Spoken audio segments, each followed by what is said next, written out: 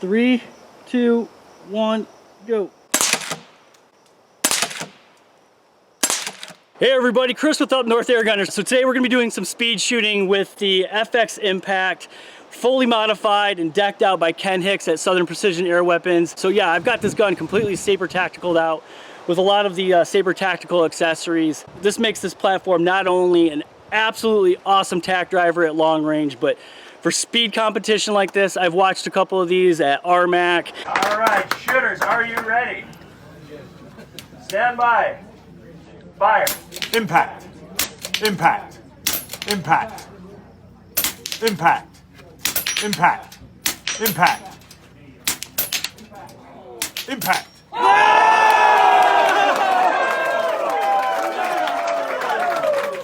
Congratulations, both shooters.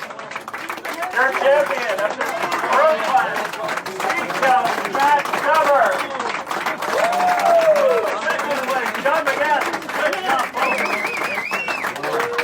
So yeah, I'll tell you what, shooters like Matt Dubber, you're not going to be able to go head to head with those guys without a kit like this. So all right, here you go. Let's check out the rig. So on here we've got the Saber Tactical Bag Rider.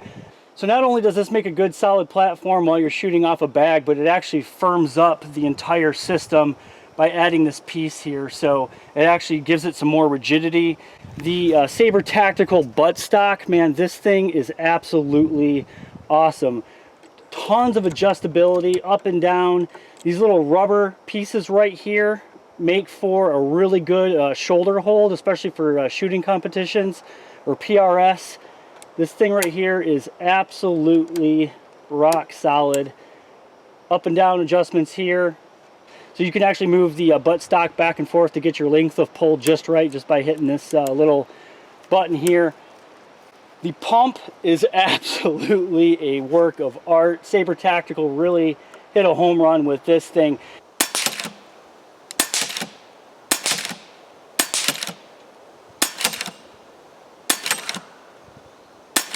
Not only can you use the pump, yeah, you can also use the normal cocking lever here on the side if you choose to. So when you put this on, you don't have to use this. You can still use the stock cocking arm here. This little feature right here, when you hit this button, it basically locks it in place, so that way it doesn't go back and forth on you. Hit this little button, you get full range of movement here. Here we go, we've got the Element Titan scope. During these shot cycles, you're gonna be able to see my sight picture here using the Tacticam film through scope. Definitely just using instinctive shooting. As soon as those crosshairs touch the target, letting her rip. So this gun right here is probably one of my most favorite in my collection. So this is probably not the fairest head-to-head virtual competition. When you watch these guys do this in person, they've got the pressure of like the entire crowd around them. And depending on where you're at, RMAC or Pyramid Cup or EBR, a lot of this actually has to do with how fast you can load your magazine and how fast you can load that magazine into your gun. All right, real quick, let's go over the course of fire. With the Pyramid Air Cup Gunslinger Challenge, you've got a target at 10 yards, 25 yards, 40 yards, and at 55 yards. So let's check out these RX target systems. These things are absolutely rock solid. This is the actual system that was used in the Pyramid Cup 2019 speed competition, the gunslinger competition. So yeah, these are pretty slick. So basically, you're getting full knockdown. Reset them. Just bring them back up. You can tie some line on here, so that way you can pull it back from your position. Absolutely love these things. If you are thinking about getting into competition, definitely check these things out. If you want to become a better shooter, a better speed shooter, man, I highly, highly recommend these things. Absolutely love them. David, absolutely fantastic job on these, man. Well done. Thumbs up. So just to see where I'm at today, we're going to basically start that stopwatch from the second I pulled the trigger and the second Matt pulled the trigger on that first shot, and just kind of see where I'm at. So, but if you want to see what fast is, this video clip right here, this right here is some fast shooting. This is the Pyramid Air Cup 2019 championship round with Matt Dubber. This is going to be the benchmark for my shooting today, just to see really how I stack up. So here we go. 1, go!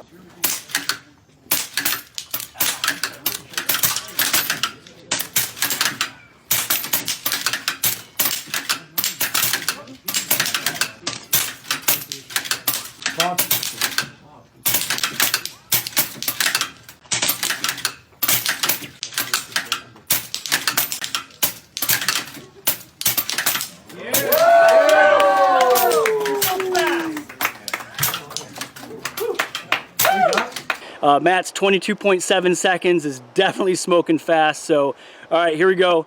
Let's check it out and see how I can do. Here we go. 3, 2, 1, go.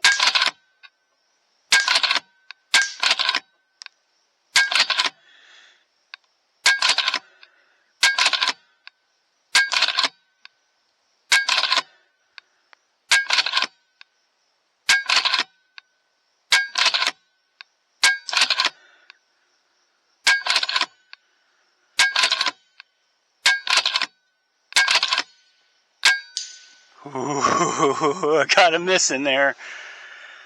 All right, so, I'm getting my time down. Definitely pro tip, don't miss. So I'm going to phone a friend real quick. All right, so let's call the pro himself, Matt Dubber, and let's see if he can shed some light on some of the tips, techniques, and things he does to make himself faster and win all these competitions. So, all right, so let's head back to the house and give Matt a call.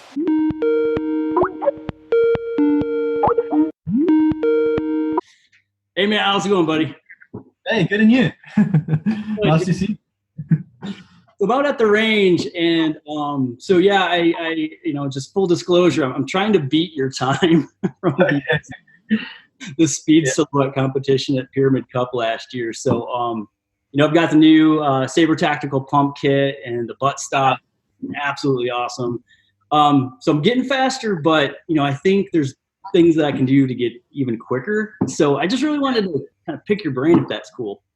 Well, funnily enough, when I shot that Pyramid Air speed competition, I had only just put that pump action on.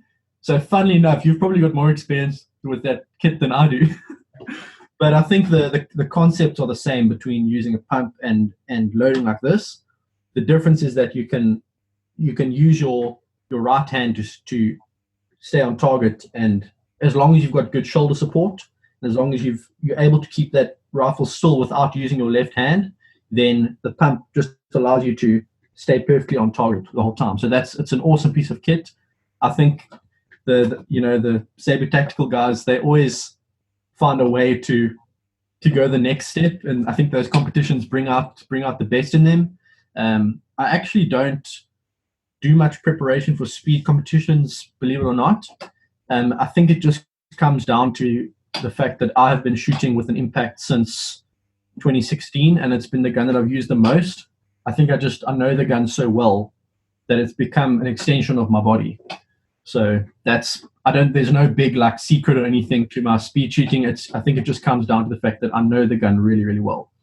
Yeah, definitely. You brought up a point too, not only the pump action, but just the comfortable, ergonomics of that butt stock. I mean, one of the first things that I noticed when I put it on the gun was just the rubber butt area, but basically how it almost grabs your shoulder as you're shooting. So, I mean, how do you set up, whenever you're setting up something like that with a bench or PRS or any of these, competitions, it sounds like you're just showing up and, grabbing the gun that you're given and just go. But I mean, in a perfect situation, if you were to have some time to actually set it up and do what are some of those tips that you would tell shooters of getting comfortable with their guns and making sure your eye relief is proper? I mean, stuff like that. Yeah. So number one, I don't bring my own gun with me from South Africa to these competitions, but I'm able to set up the impact the exact same way that I have it set up at home. And what I do is I bring my own grip, I bring my own rings, I bring my own scope, so that the eye relief, the scope height, the grip, the distance between your palm and the trigger is all exactly the same. So, for example, I think the 1 year Extreme Bench Rest, I'm used to that thick grip that FX has, and the 1 year I used a gun with the thin grip, and the distance between my hand and the trigger was different. And I kept on, this was before the pump action, I kept on loading, but not pulling the lever back far enough. So it comes down to using a setup that you're very comfortable with and you have a lot of experience with. Even something like, for example, you don't get to use a rear bag. So when if you're cocking a rifle, if you're looking up, when you bring your eye to that gun, you want that next target to be right in the center of your scope. You don't want to have to look for your target. So even something like picking a magnification, that's the right magnification. If you're too zoomed in, you can lose your target, and then you have to do parallax adjustments between targets. If you're too zoomed out, you can miss where you can't see where your impact is. So there's a very fine balance in all of this, and I think it comes down to personal preference. I actually like, for example, extreme bench rest, where you've got a few practice rounds before they start timing you. I use those practice rounds to check my trajectory to see if the wind is blowing off at all. So I'll take my time, I'll shoot slowly, I'll see, okay, where's my point of impact? I'll do like my first practice round, I'll have it zoomed out more. Second practice round, I'll have it zoomed in more, and I'll see, okay, which magnification am I more comfortable with?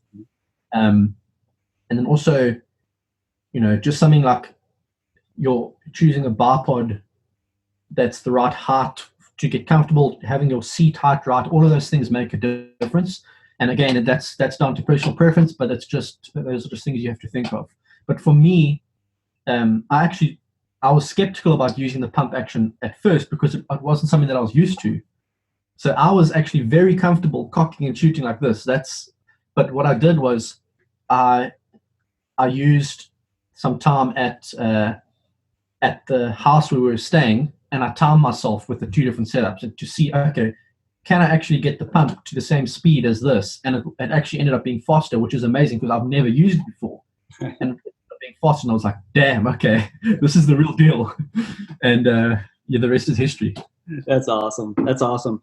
So, one of the things that I struggled with, this was my first competition at Pyramid Cup, and one of the things I struggled with was a speed silo was where to zero. Like basically, where should I zero my gun at, and then should I be holding under and then being dead on and then holding over? Should I, basically, how do you set up your zero? Do you what's the technique you do if you know that those targets are going to be like a typical gunslinger style event?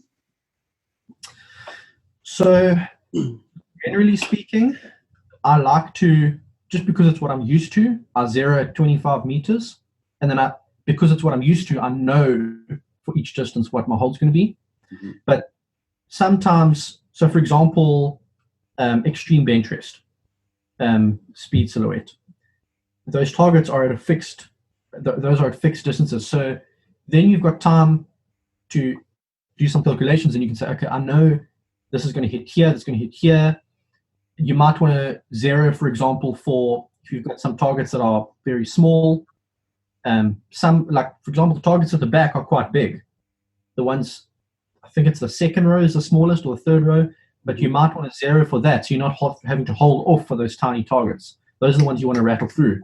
But then you've got a competition like RMAC, where for each different stage, everything's at different distances.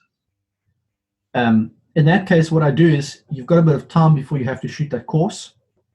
I make notes of every single target. I make mental notes of what I have to hold for each target, taking into account my zero. If the targets are at one position, so for example, you've got some stages where you've got one target at one position, you've got to hit as many as you can at a certain time, but at the same distance, then I'll dial for that distance. Mm-hmm. And I'll constantly measure the wind between each stage. I'll measure the wind, I'll put it into my ballistics calculator, I will check to see how much the wind is going to affect that shot. Sometimes I'm wrong, but at least something you can think about. And then even as the temperature warms up during the day, I even take that into account, my ballistics calculator, because that makes a difference. Bench rest, it doesn't matter, because bench rest, you've got your sighted targets anyway. But for PRS and for speed, those are the kind of things you have to think about. And I will tell you this, I prefer to use a 30 caliber or a bigger caliber, the biggest possible caliber for speed shooting, because you've got a bigger pellet. So you've got a greater chance of hitting your target, and you've got a greater chance of knocking it down if you only just nick it. Yeah. I know that there's another train of thought where people say, okay, I'm going to use a 22 and I'm going to push it really fast so it gets there faster. Right. It might get there faster, but if you're a little bit, let's say you're trying to shoot a little know your limits target that's that size. If your 30 cal pellet is a little bit off, the edge of it's still going to hit that target. If you have a 22, your actual knockdown range or target size is much smaller. So those are the kind of things you have to take into account. And in the past, 30 calibers would munch your air, but as technology is advancing, you even now have the 9mm FX with the 35 cal, which still has a decent number of regulated shots. Mm-hmm. So that's starting to change things now, where you don't have to worry about your shot count. You can always refill between stages for speed shooting. You only need to take 20, 30 shots, sometimes even less. So that air consumption is not a big consideration anymore. With the power planner now, you can really push that speed up. So the whole idea of I'm going to go smaller caliber, higher speed actually doesn't come into account anymore. Yeah. So things are changing. Yeah. So, as I watch these videos of you, one, I mean, a lot of these speed competitions, you've got like the entire audience just like right on top of you. It's pretty insane. And quite honestly, I mean, just to everybody watching this, like if you don't want to compete, if you don't want to shoot, just coming out there and like watching this stuff is it's amazing. Oh man, just absolutely. I mean, I drove to Utah last year just to watch, and it was the best thing ever. So, but anyway, how do you keep your nerves down, like with so many people like wrapped around you? I mean, that's just has to be insane concentration. Like, how do you just tune all that out? Well, I'll tell you what, it's impossible to get rid of the nerves completely, especially if you're like a public figure. Everyone's watching you. And I think there's a lot of pressure on guys like you and me, because it's almost as if we have to prove ourselves to our audience that we're not like just making up the shots that we take on YouTube. And that doesn't help. No. But to be honest, I don't care what people think. Right. And you have to have that mindset of like, I'm just going to have fun. I'm going to do my best. These competitions are not about the podiums. It's great to win something, but actually it's about having fun. It's about meeting other shooters, chatting to them. And if you come last, who cares? And you have to have that mindset, because so many times I see people come into these competitions, they're under pressure from sponsors, or they've got the prize money in their head. They want to win the prize money. They want to go home with something. They think their reputation's on the line. And if you think like that, especially with all those people watching, the pressure's gonna get to you. And every single year at these competitions, there are people who bomb out because stress does things to your brain. There's a good study on this where they're saying when you stress, your subconscious, which is actually the part of your brain that makes the right decisions, it accesses what you've learned in the past. If your subconscious is doing all the work, then you're just doing all the stuff automatically. Your body does it for you. But if you're stressing, you forget your subconscious and you overprocess things and you make mistakes that you'd never make. So guys who are under pressure, they'll shoot the targets in the wrong order, or they'll forget to load their magazine, or they'll put their gun on safety. Oh, yeah, and I've seen cross-firing onto somebody else's target, making sure on the 100-yard bench rest you know what lane you're in. Yeah, it happens to everyone. But what helps me is, one thing, I don't look at what the first prize, like what the cash prize is. Like I think last year it was like $3,000 for first place, right? And I had no idea. I think that the PRS, I won the PRS 2 years in a row now at RMAC, but it's $5,000 both times, and I had no idea. So it was an amazing surprise when I won. But if I had been thinking about that, and if I'd known, okay, I'm in the final now, if I lose this, I don't go home with the cash prize. That gets to you. So, Matt, I want to give you a little piece of advice, buddy. I want you to think about this. RMAC is $20,000. Don't tell me. I know already, but I don't want to think about that. 20 G's, maybe. Just trying to get into your head a little bit. And at the end of the day, I'm in a position where I'm lucky in that I get sponsored guns to use. I get sponsored scopes. I don't need that stuff, and there's going to be kids out there who need that stuff more than me. So I don't care if I don't come first. If someone else beats me because they're better than me, then that's awesome. And I think you have to think that way. I know it's not easy for everyone to think that way, but it's something you have to. Don't worry about what people think. Just go out there, have fun, do your best. I love, just an example, a guy called Bo Ricketts from Australia. He's an awesome guy. He's probably one of the best shooters I've ever met. Probably one of the most experienced. I mean, he's a professional pest control guy. He shoots kangaroos and camels and all kinds of crazy stuff all day, every day in Australia. He's got more experience than most of us put together. And if he bombs out of a competition like RMAC, he doesn't care. Right. And because he knows that doesn't define who he is as a person. So that's the kind of attitude that I respect, and I think that helps a lot when going into these high pressure situations. I mean, I guess for me, that's kind of the angle at which I'm coming at this. I mean, obviously, as you know, I came at this from like the deer hunting side. I mean, I came at this whole thing from the big bore airgun hunting side of things. And for me, it's like if all of this stuff that I'm doing on the smaller caliber side, basically for me, and so basically April to October, that's time for me to shoot smaller caliber stuff. So I know I'm going to be more effective when it comes down to that one shot that I'm going to take, for deer hunting. And so for me, it's basically getting ready for when it's going to matter the most for, ethical hunting shots. So, yeah. I guess that's one thing that might help me as well, is that because I'm limited to 22 in South Africa, I have to practice with a smaller caliber. So when I get to RMAC, I'm suddenly upgraded to the wonderful 30 cal, which just prints everything through the same hole at 100. And it's like it becomes much easier than what you're used to. So, in basketball analogy, go outside and shoot free throws in the rain and train, hard. Like when I was in the Army, we basically train harder. So if, the shit hit the fan and we had to go into combat, it was like, okay, well, we trained hard. So, train as you fight, basically. Exactly. Yeah. Spot on. So let's switch the topic up. Let's talk about element. So dude, I mean, when I got a hold of the Titan and, I've been able to shoot a lot of different scopes, and I will just tell you hands down, I absolutely love it. The time and effort you guys put into the reticle design, I think is probably one of the biggest sort of differentiators I've seen through like all the different scope options that I've shot.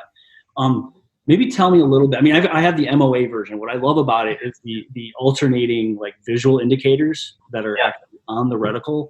I can see, maybe during like a speed silo or a PRS competition, having those different visual indicators in between, like how is that going to help, competitively? So the one thing to mention there is, firstly, Ted and I are shooters first and foremost. So we have experience of what works and what doesn't, what frustrates us. Secondly, the reticle design actually started many years ago, maybe like 4 years ago, because we were at that stage, we knew we wanted to do something with scopes, but we weren't sure whether we wanted to design a reticle for another company or whether we wanted to do something on our own. We just didn't know, but those reticles have been in the pipeline for a few years. So we've had time to like fine-tune them and figure them out. And Ted is the kind of guy who, speaking of the MOA reticles, Ted's the kind of guy who thinks out the box a bit, thinks, okay, what can I add that someone hasn't done before? And the alternating visual indicators and stuff like that, it comes from the experience of having to, if you're shooting in crazy wind as an air gunner, you have to hold a lot. And you don't have time, if you're under pressure or under stress, you don't have time to count, okay, 1, 2, 3, 4, how many mils you're holding off, or how many MOA you're holding off. You want to be able to quickly figure it out. And so things like that, or even on the mil reticles, I've added physical numbers in the reticle, which obviously many people have done before, but I know that that's something that I like to see in there. So you can actually see, okay, there's 6 mils. I don't have to count it. It's right there. And that helps a lot. So it just comes down to experience and a long time to actually iron out the issues and ask people's advice of what they like and what they don't like. And that goes for the scopes as well. We've had a lot of experience with scopes over the years. We've had to give feedback to other manufacturers who've sponsored us in the past, or just people who've asked us our advice on scopes. So we know what works and what doesn't, and we've been able to collectively put that all together and say, okay, this is what we think, or this is what we know people want to see, and this is what we know will sell well. And then also just having some inside information in the industry and knowing, okay, these are our available suppliers for parts. These are available OEM manufacturers. These are the guys that have a good reputation. We've worked with those guys before. They don't have a good reputation. Which factories can we build a good relationship with? Which factories can we make components in Sweden at FX, where they've got all the high-end CNC machines and many years of experience? and have those components sent to like China, for example. So we've got production that is less expensive, but you've got the intelligence and the experience of FX's manufacturing power, behind it. So there's all these things that have come together, and I'm really excited about how it's turned out.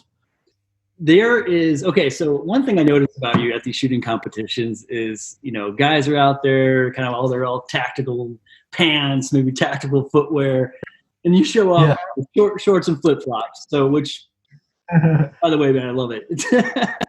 But how do you, are you basically just kind of shooting like you do at home? I mean, like, how does comfort play into your overall competition preparation for what you're wearing? Well, actually, funny enough, if you watch me at the bench when I'm about to shoot, I take my flip-flops off completely and I shoot barefoot. It's a comfort thing. To be honest, like the humidity in Ohio at Pyramid Air Cup, like I'm not used to humidity like that. So for me to wear shoes in that environment, I'd want to take them off. Like I'm not used to that. And then like the heat in Arizona is just too much. Utah's pretty bearable, but for me, it's just what I'm used to. So I will go out in South Africa and we'll go out and we'll just shoot barefoot or with flip-flops. I live near the beach, so I can drive 5 minutes and I'm on the beach. So I'm used to driving around in flip-flops and then just taking them off when I go walk on the beach. So it's just a personal preference thing. Some guys, you might be used to, I don't know, I'm trying to think of an example. Thaddeus from Utah Airguns might be used to wearing his kilt. And he'll wear that when he shoots because he's what he's used to. So I think it's as simple as that, yeah. Yeah, Thaddeus is an awesome shooter. So yeah, I've actually thought about maybe getting a kilt, getting some flip-flops, whatever advantage I can take. So I'm gonna head back out here and I'm gonna see if I can try to beat your time on the Pyramid Cup speed silhouette. So do you think if I threw on some flip-flops, it might kind of help me shape some time? Yeah, it might summon up that speed silhouette power that I've been accessing. So maybe it'll help. Awesome. Cool, Matt. Well, man, thanks for spending some time with me, and hope to see you soon. Hope you see you at RMAC. Absolutely. All right, man. Take care. Oh. All right, got my shorts, got my flip-flops. I'll take every advantage I can get. Here we go. 3, 2, 1, go.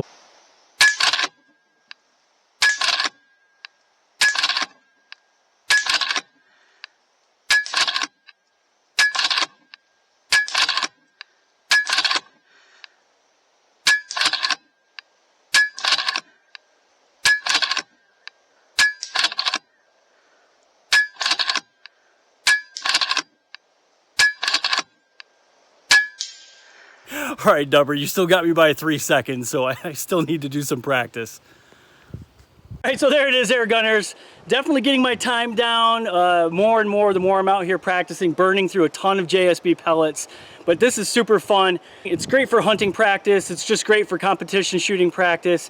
Definitely check out the RX target systems, hands down some of the best in the industry right now. But definitely get with Ken Hicks with the Southern Precision Air Weapons with these Saber tactical accessories. Tell you what, man, you can deck out your FX Impact and make it do this and so much more. Yep, definitely getting my time down. I'm not there yet, so I need to shave maybe a couple more seconds off that time to even be at that Matt Dubber level. So anyway, thanks everybody for joining me. This is Chris with Up North Air Gunner. Take care.